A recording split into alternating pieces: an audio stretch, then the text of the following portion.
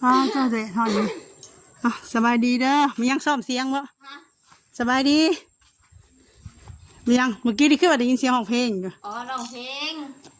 เป็นอะไรคือพจมานสว่างวงแท้พจมานบอกแม่คือเจ้าต่างหากใช่เลยมัวไปใช่เลยอยู่ในเป็นอะไรจะได้เก้าคนอะไรเข้าห้องแล้วเห็นเมื่อกี้จากลี่อีกแล้วเมื่อกี้บริยุงโฉบเปื่อยโดยน้องกับสบายดีและสวัสดีเด้อพี่น้องแม่มาเยี่ยมยามทางมียังอะไรเชียวกับบอกย่านยังสบายดีเด้อเป็นอะไรใครเนี่ยนะบอกสุขภาพร่างกายคือเก่ากินยาอยู่บ่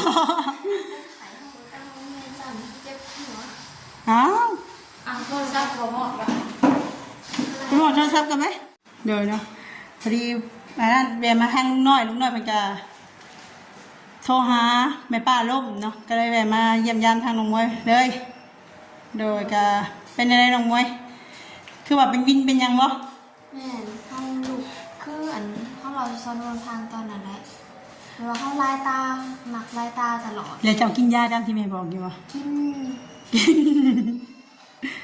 จะต้องกินได้เพราะว่ายาตัวนั้นมันเป็นยาปวดไขมันจะได้เจ้าพยายามอย่ากินซีนเด้ออย่ากินซีนหลายกินซีน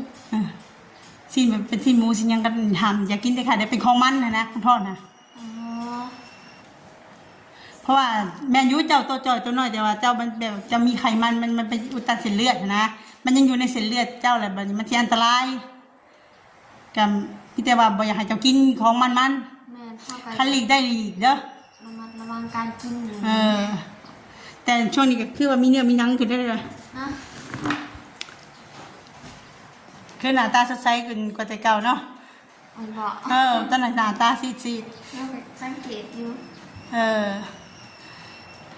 จังได้กันเนาะดีใจน้ำที่ว่าแม่เพิ่นก็ได้สดซอยเข้ามาหลายสิ่งหลายอย่างเนาะ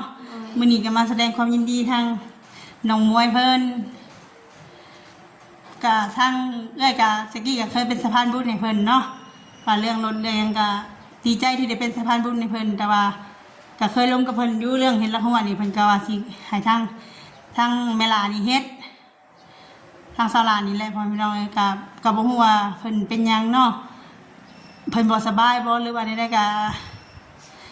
เห็นเพิ่นเงียบไปก็บ่เป็นหยังเพิ่นให้ทางน้องเมย์เพิ่นเป็นสะพานบุญเฮาก็บ่ว่าหยังไผเป็นสะพานบุญก็ได้เพราะว่าสุดแล้วแต่เพิ่นที่ให้เป็นสะพานบุญน้องเมย์มีงานทำแบบว่ามีผู้ใหญ่ใจบุญสนับสนุนเฮาก็ดีใจว่าซั่นซะเฮาก็บ่ได้สิว่าสิเครียดสิให้เนาะก็มีแต่ดีใจนำเพิ่นแต่ว่าเฮาก็แปลกที่ว่าแม่เพิ่นเงียบไปนะหรือว่าเฮาเฮ็ดหยังให้เพิ่นเครียดให้บ่พอใจแบบว่าหรือว่าในรายการกราบขอโทษขออภัยเพิ่นหลายๆเด้อที่ว่าอันนี้เนาะลูกกับบ่ฮู้ว่าลูกเห็นยังไม่ให้แม่บ่สบายใจบ่หั่นน่ะก็ต้องกราบขอโทษขออภัยหลายๆแม่เอ้ย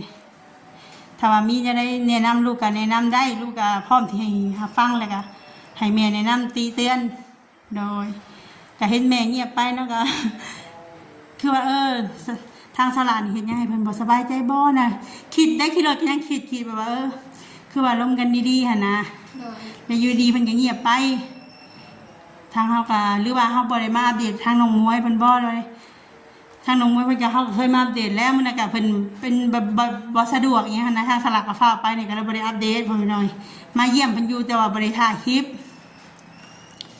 แต่ว่าถ้าว่าแม่อันนี้ก็อยากให้ไปเป็นสะพานบุญลูกก็ดีใจที่ว่าทางคนที่ว่าเป็นสะพานบุญให้แม่เนาะเพิ่นก็มีงานทำเพิ่นก็มีคลิปลงทางสลากก็บ่ได้วางเอียงหลายเพราะพี่น้องก็มีแต่ว่าถ้าว่าเฮาได้มาถ่ายคลิปได้เฮ็ดนั่นเฮ็ดนี่ก็เฮาก็ได้ถ่ายคลิปลงนำหั่นน่ะมันก็มีรายได้จุนเจือครอบครัวว่าซั่นซะก็คือในนี้แล้วเฮามาอัปเดตก็มาแสดงความยินดีกับทางน้องมวยเพิ่นเฮาก็ดีใจที่ว่าทางแม่เพิ่นเป็นดูทางน้องมวยเนาะก็เดี๋ยวนี้เพิ่นก็รู้สึกว่าหน้าตาก็สดใสขึ้นมีชีวิตชีวาขึ้นว่าซั่นซะ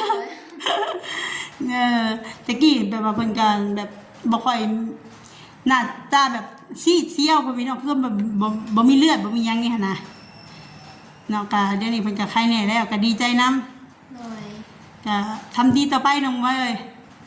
อย่าคิดหยังหลายจักเชื่อเอื้อยจักเชื่อแม่จักเชื่อลูกนี่ ยังสับสนตัวเองอยู่นี่ก็โดยเนาะกสิท่าอันว่าสิท่าแสดงความยินดีทั้งน้องเมย์เพิ่นเนาะเพราะว่าน้องเมย์เพิ่นก็ไปซื้อตะนางอยู่เพิ่นบ่อยู่ทั้งในซาโมก็บ่อยู่อีกจะไปไสประตูหัวก็เปิดไว้ จับอีกมันอยู่จะเป็นไปใส่ มื้อนี้ก็บ่ต้องเฮียนใครจังมื้อแล้วใคร ให้กับเมื่อวานนี้ พยายามกินยาในบำรุงเลือดนำ โดย เพอเจ้าเลือดจ้างแล้วก็ เขาบอกมาสูกินข้าวเขากิน บ่จะต้องกินเป็นบ่แล้วจะต้องกินเป็นเวลาเลยข้าวได้สำคัญเลยอันอื่นจะสิไปกินมันสิสำคัญบ่ได้น่ะเจ้ากินจังมีมันบ่ได้มีหยังเลยมี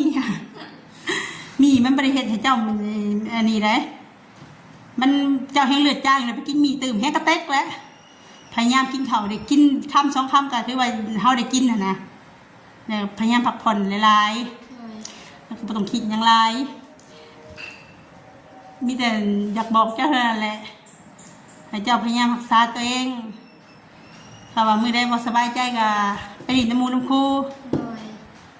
มือใดเครียดว่ามื้อนี้เฮารู้สึกว่าตัวเองแบบบ่สบายคิดอย่ามุกอยู่ผู้เดียวเด้ออย่าอยู่ผู้เดียวแบบว่ามีแต่เป็นรอลิ้นจมูกกับครูแบบเฮาเคยไปนั่นแหละตามปกติเฮา โดย บ่ต้องสนใจคำคน เอาคนที่ว่าเขาหวังดีกับเฮาพอสนใจคนที่เขาหวังดีกับเฮาพอคนที่ว่าบ่หวังดีก็อย่าไปเก็บมาใส่ใจ โดย มีแต่ตั้งใจเรียนถ้าว่าอันใดที่ว่าเฮ็ดให้เฮาบ่สบายใจก็ถอยออก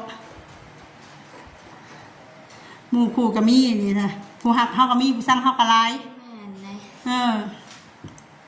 มีน้อยหรอกคนที่ว่าบ่มีไผหรอกสิฮักเฮาหมดทุกคนน่ะมันมีทั้งคนฮักกับคนสั่ง แม่นแม่น นั่นแหละ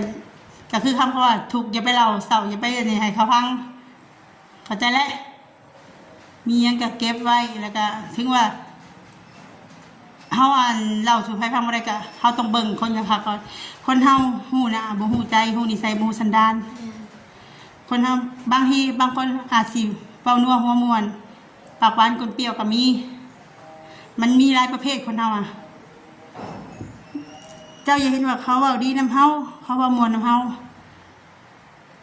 และเฮาสิไปไว้เนี่ยเชื่อใจเขาหมดทุกสิ่งทุกอย่างก็บ่ได้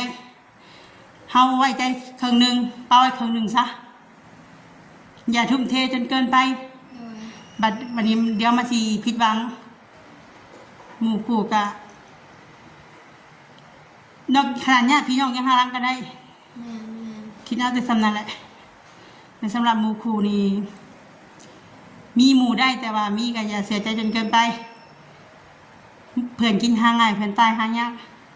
แม่นความสละว่า มันบ่มีใครดอกสิจริงใจกับเขาเห็นบอกคือแม่นี่ย่างสายเดียวผู้เดียวเลยบ่กล้าไปน้ำไผแล้ว เพราะว่าเฮามันบ่ดีว่าซั่นซะอยู่ผู้เดียวดีกว่าไปผู้เดียวได้สายผู้เดียว แม่น เบิ่งน้องไว้ คือหน้าตาสดใสคืองามแท้เดี๋ยวนี้เนาะนึกว่าเป็นน้ำกล้องบ่นึกว่าเป็นน้ำกล้องสวยบ่วะบ่น้องเพิ่นก็เนาะหาก็ไว้สดใสเนาะเพิ่นพี่น้องก็ขึ้นเช้าเนาะกะนี่แหละบ่คือว่าเฮาได้ไว้เฒ่า สู้ขึ้นชิวเม็ดเดียวของแมงปลายเม็ดดูเอาจังได้กะสู้ๆยิ้มเข้าไว้ยิ้มสู้เข้าไว้ โดย คนสร้างเฮาก็บ่เป็นหยังเพราะว่าคนดีเว้าใส่เฮาคนที่สร้างเขาบ่ได้ซอยเฮาคนที่ซอยเฮาเขาบ่ได้เว้ามีแต่ตั้งใจเรียนทำทุกมื้อนี่ให้ดีที่สุดก็พอแล้ว โดย จำที่คำแม่สอนไว้ว่าอย่าไว้ใจคนจนเกินไปเดี๋ยวมันสิจนใจเอง แม่น เพราะว่าประสบการณ์มีหลายหักตัวเองให้หลายที่สุดเลย ก่อนที่ไปหักผู้อื่นเด้อ แม่น เนาะเท่านี้แหละสิวะ